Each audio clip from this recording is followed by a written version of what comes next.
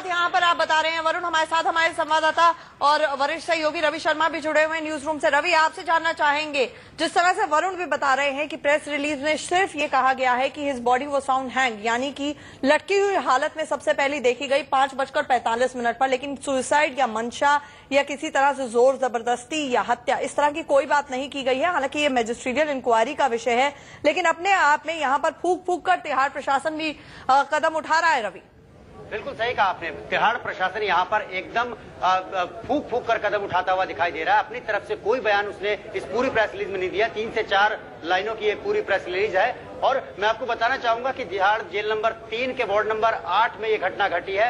इसी में ये हाई सिक्योरिटी वार्ड है और इस वार्ड की बाकायदा सीसीटीवी से निगरानी की जाती है। लेकिन उस सेल की जिसमें ये पूरी वारदात हुई है, जिसमें राम सिंह मृत पाया गया है, उस जो सेल की तरफ थे सीसीटीवी कैमरा नहीं था, उसकी कोई रिकॉर्डिंग नहीं है। क्योंकि सभी जेलों में हाई सिक्योरिटी वार्ड जो हैं उनमें सीसीटीवी इंस्टॉल्ड है और जेल जो संबंधित जेल का हेड ऑफिस है वहां पे बाकायदा इन पे 24 घंटे निगाह रखी जाती थी। तो आखिर क्या वजह थी कि उस सेल में इस शख्स को रखा गया जिसकी मॉनिटरिंग नहीं हो रही थी सीसीटीवी के जरिए? सवाल कई गहरे हैं और तिहाड़ प्रशासन लगातार अब इन सवालों के जाल में यहाँ पर फंसता हुआ दिखाई दे रहा है। जैसे हम बात करें कि खिड़की की जो हाइट थी वो बहुत ज्यादा थी उस हाइट के बनिस्बत जो आरोपी राम सिंह की थी। तो क्या उसके लिए मुमकिन था कि अपने एक कमजोर हाथ बहुत से सवाल, बिल्कुल रवि, बहुत से सवाल हैं। हम इन सवालों को लेकर लगातार चर्चा करेंगे, लेकिन हमारे साथ वरिष्ठ वकील के मानन साहब जुड़ रहे हैं, उनसे जानना चाहेंगे। सबसे पहले सर, एक आम आदमी के नजरिए से सवाल पूछा जाए, एक मुख्य आरोपी 16 दिसंबर के गैंग रेप का एक मिस्टीरियस सर्कमस्टांसेस में जिस तरह से देखा जाए और प्रेस रिलीज हुई है, हैंग पाया जाता है तिहाड़ जेल में। सुरक्षा को लेकर सवाल है, तिहाड़ प्रशासन पर सवाल है, लेकिन सबसे पहले आम आदमी के नजरिए से क्या इससे केस पर कोई असर पड़ेगा? ये मैं बात स्पष्ट कर देना चाहूंगा और सुबह भी मैंने ऑडियो पे कर दिया था, इस बात को बता दिया था कि केस पर कोई किसी प्रकार का प्रभाव नहीं पड़ेगा। चूंकि इस केस में इनका तो सिर्फ डेथ सर्टिफिकेट ट्रायल कोर्ट में सबमिट किया जाएगा और इनकी प्रोसीडिंग्स ड्रॉप कर दी जाएंगी और बाकियों के खिलाफ केस एज इट इज चलेगा। जो एविडेंस आ चुकी है वो भी उनके खिलाफ एज इट इज पढ़ी जाएगी, जो आने वाली है वो भी पढ़ी जाएगी।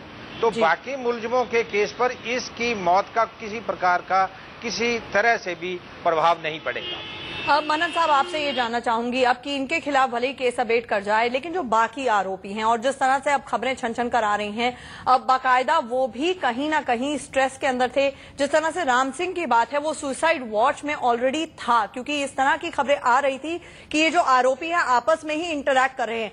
ऐसे में सुरक्षा को लेकर बहुत बड़ी चूक यहाँ पर तिहाड़ प्रशासन की नजर आती है।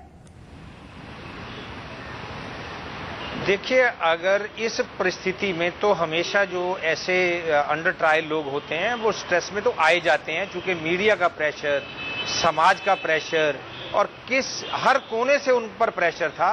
और इसलिए चूंकि जो गवाही भी उनके खिलाफ हो रही है वो गवाही बड़ी मजबूती से दी जा रही थी कोर्ट में, तो नेचुरली कि वो अंडर प्रेशर होगा। और लेकिन जो जेल का प्रशासन था उनको इन पर 24 घंटे निगाह रखनी चाहिए थी, इनकी सिक्योरिटी का पूरा प्रावधान रखना चाहिए था, बनाना चाहिए था। लेकिन कहीं ना कहीं जो चूक इनसे जो हुई है उसका खमियाजा तो इनको भुगतना पड़ेगा। लेकिन मैजिस्ट्रेट की जो इंक्वायरी है उसका रिजल्ट आने दो, अभी हम फैसला ना सुनाएं तो ज्यादा अच्छा है। बिल्कुल, हम फैसला नहीं सुनाते हैं, लेकिन प्रथम दृष्टया सर, क्योंकि एक परिवार जो कि पीड़िता का परिवार है उसका ये कहना था, उसकी ये प्रतिक्रिया कहीं ना कहीं आई कि मौत को चुनने का अधिकार राम सिंह को नहीं मिलना चाहिए था, इस मामले की सुनवाई होनी चाहिए थी, कानूनी कार्रवाई होनी चाहिए थी। उसके